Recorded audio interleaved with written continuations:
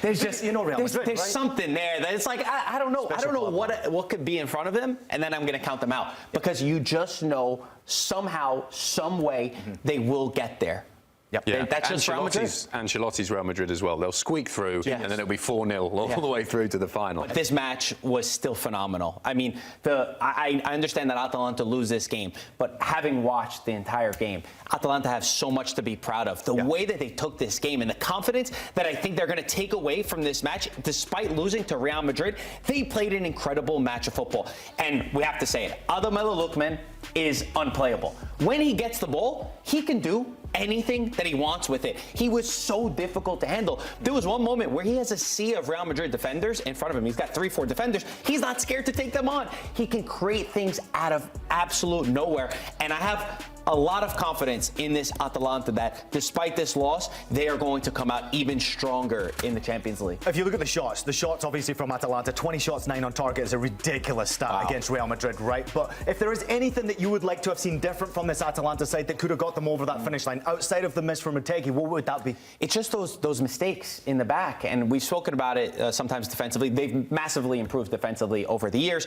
You pointed out Derun. You wish that he would just be pushing his man out wide. You push Jude out wide instead of allowing him the space to cut in. Those are the fine details that do, play a part in Champions League football. And then it's a crazy mistake also with Ederson, where the ball flies off Vinny Jr. and teams like Real Madrid who have this experience despite their form. I know everyone wants to talk about their recent results. You can never count out a team like that, and they needed to win as well to get right? It was a must-win. It was a must-win for Real Madrid today. We'll talk about Real Madrid in just a second, but I wanted to mention Gasperini. We saw him walking down the tunnel with that wry smile. He'll be frustrated with that missed opportunity. But just generally, I know as older managers in world football, it can be difficult to kind of get a tune out of a team season after season after season. It kind of wears on you, but he seems to be able to do it with Atalanta. What's his trick?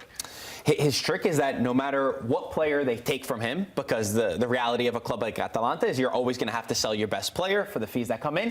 And he switched 13 players since the Europa League final, where he won 3-0 against Bayer Leverkusen. Yet he's found a way to implement his football with so many different players, no matter who's come in. There's always a revolving door, yet he gets that same identity from Atalanta, and they always move into the right direction. Just for example, I know we're talking about Champions League, but in Serie A, they're in first place in the league. They've never been first place in the Serie A after 15 rounds ever in their history. It's their best start, and the fact that they're able to manage in different competitions is also their strength. You know, in many ways, obviously, you can see the fixtures coming up for them as well. Sturm Graz and then at Barcelona, which is a very difficult finish for them. But at the same time, what I will say is this is maybe an Atalanta side that's a bit better than what we witnessed from them last season that went all the way to that Europa League final. The goals that they conceded, though, the run, we pointed out, the Mbappé touch is exceptional. But to me, as a defender in that position with his leadership, it was just on the edge of the box. There's enough space for him to make contact on the player. If Mbappé gets past him with a touch, which was brilliant, by the way,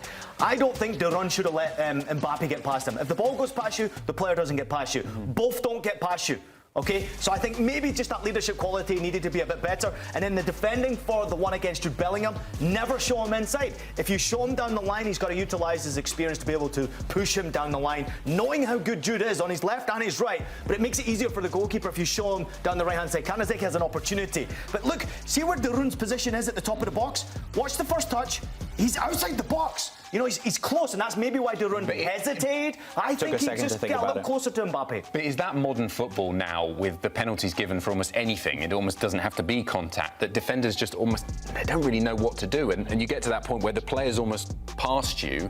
You just have to let him go, because as soon as you go in, you know he's going to fall over and you get a penalty. I think all three of the goals, you could say that little bit of experience that's lacking from Atalanta compared to Real Madrid. And they haven't played. The reality is they haven't played in these high-level pressure matches. And that's not to say that they folded at all, because I thought they did play good football. But the devil is in the details at the end of the day, and it's right here. You know, Jude Bellingham, if he's going out wide to the right, he's much less of a danger than he is if he's cutting in. Square. You know, don't be square. Don't be two-footed square going up against you, because that means the player can go right right or left, you have no idea. And if he comes in on the left-hand side, you open up the whole goal to Jude Bellingham. And even though it's his weaker foot, he's still got the true quality to finish into the corner. And for Real Madrid, it was kind of great to see the fact that Vinny got on the score sheet after Mbappé got on the score sheet, and then Jude Bellingham, all three of them for the first time in a Real Madrid jersey, scoring in the same game. That's quite cool. We have seen it in previous seasons with Real Madrid where they start the campaign in the Champions League a little bit slowly and then they figure it out. Do you think this was an example of them getting into gear now? I think anyone who counts Real Madrid out is crazy. Yeah. I mean, there's so much talk about Real Madrid. You look at the La Liga table, where if they win their game in hand, they're in first place. Then you look at the table in Champions League, and I get that Real Madrid is held to a different standard, and we never expected some of these losses. I mean, you think about losing to AC Milan. That was something that's completely unexpected against Lille, and the standard, they're held to something bigger than any other club in the world. But I always have the confidence, not only in the players, but also in Carlo Ancelotti, who's been here before and who knows how to figure this out. I have a lot of friends that are Real Madrid fans, and every time, November and October rolls around, they're always complaining, saying, oh, it's not going to be our year. And then you see them in May, and all of a sudden, everything just starts to click, and they will find their rhythm. They're also dealing with a lot of injuries, so they show strength getting here. That's my big concern. I mean, you lose Kylian Mbappé now, especially after the impact he had on this game so early on. When he goes off the field, I start to think, wow, momentum's starting to switch in the favour of Atalanta in this game. But now as the season goes on closer to this Christmas period, I wonder how bad this injury is for Kylian Mbappé. Because if you look at the players, obviously, defensively, Real Madrid are hounded with injuries. You see their backline opened up 2 or 3 times against this Atalanta side, who probably should have scored 3 or 4 goals in this game. So I'm concerned about Mbappe's injury, especially after scoring a goal like that, Adam.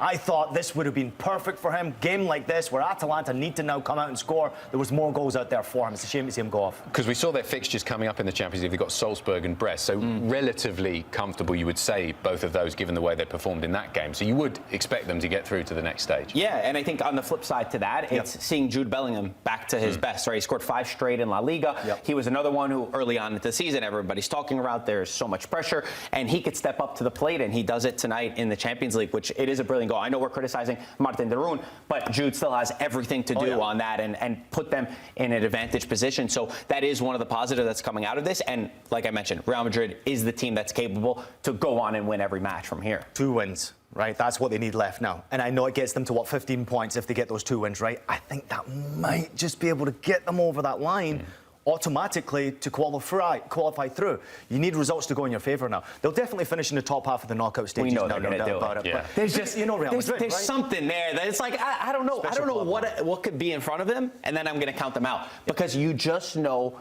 somehow, some way, they will get there.